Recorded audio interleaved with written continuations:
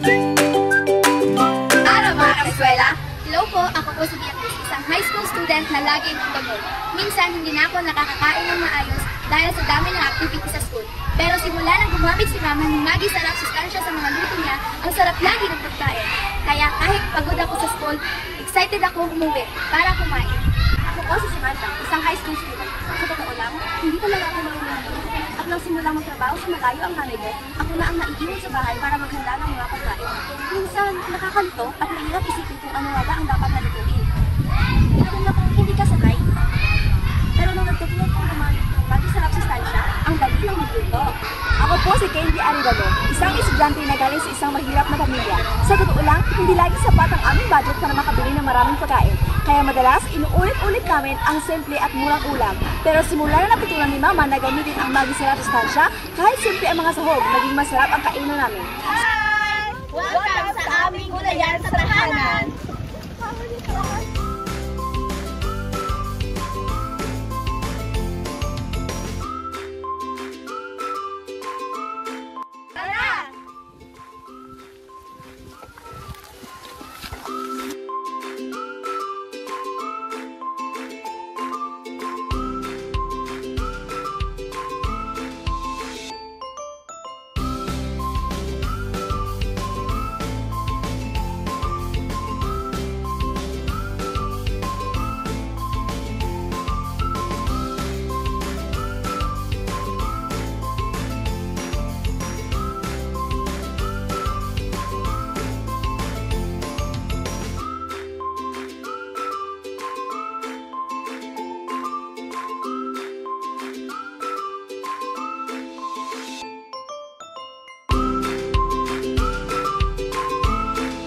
Magandang araw mga kaskwela! Ngayon, gagawa tayo ng napakasarap at madaling lutuin na tuna cucumber salad.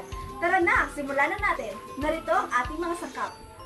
Okay, ang unang hakbang ay paghiwa ng ating mga gulay. I-slice natin ang manipis ang pipino at gayon din ang kamatis at sibuyas para mas madaling haluin mamaya.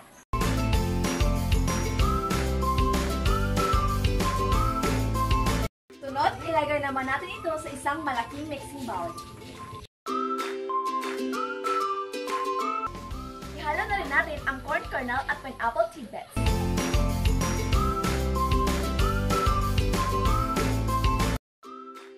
Oras na para sa tuna flakes. Siguraduhin naka-drain ang oil bago natin ito ilagay. Para sa ating dressing, ihalo natin ang mayonnaise, lemon juice, asukal, paminta at liquid seasoning. Ito ang nagbibigay ng tamang timpla para sa ating salad.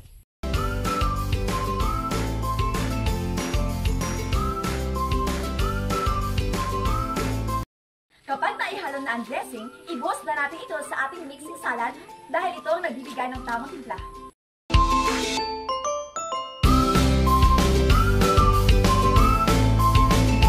Tingnan niyo naman, napaka-fresh at kulay ng ating tuna cucumber salad.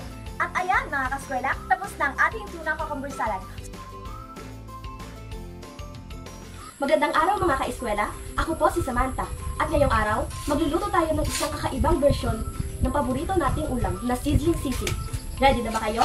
Tara, simulan na natin. Narito ang mga sangkap ng hakbang. Alisin ang mga matitigas na parte ng puso ng saging at hiwain ito ng maninipis.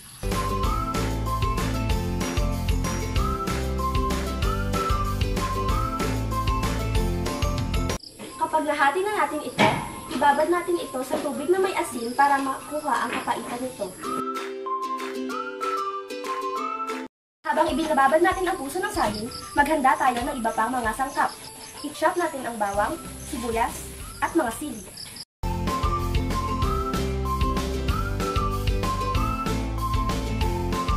Ngayon, igisa na natin ang bawang at sibuyas hanggang sa mag-golden brown at maglabas ng bango. Sunod, igisa na rin natin ang puso ng saging hanggang sa lumambot.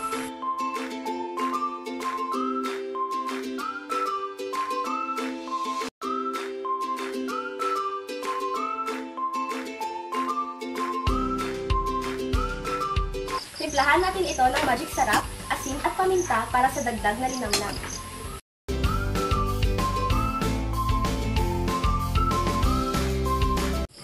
Ngayon naman, para sa konting asim at anghang, ilagay na natin ang sili at pigaan ito ng lemon. Para maging creamy at malasa, ilagay na natin ang mayonnaise at haluin ito ng mabuti.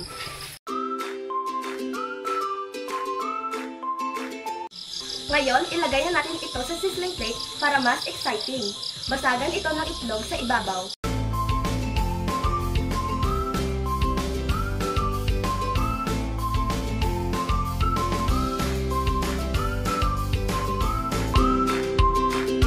Hello mga kaskwela! Ako si Biakis at ngayon ituturo ko sa inyo kung paano gumawa ng masarap na kamote stick. Perfect ito para sa merienda. Tara, simulan na natin. Ito ang mga ingredients. Hakbang, hiwain sa gitna ang kamote at ilaga.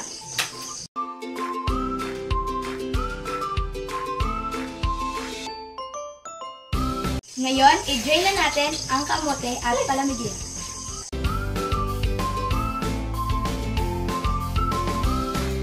Ngayon, i-mash na natin ang kamote at lagyan ng cornstarch, itlog at gatas.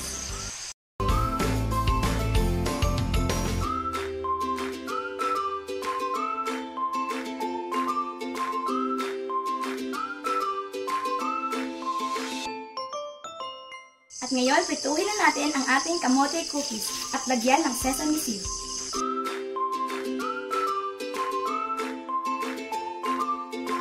Ngayon, gagawa na tayo ng ating sauce.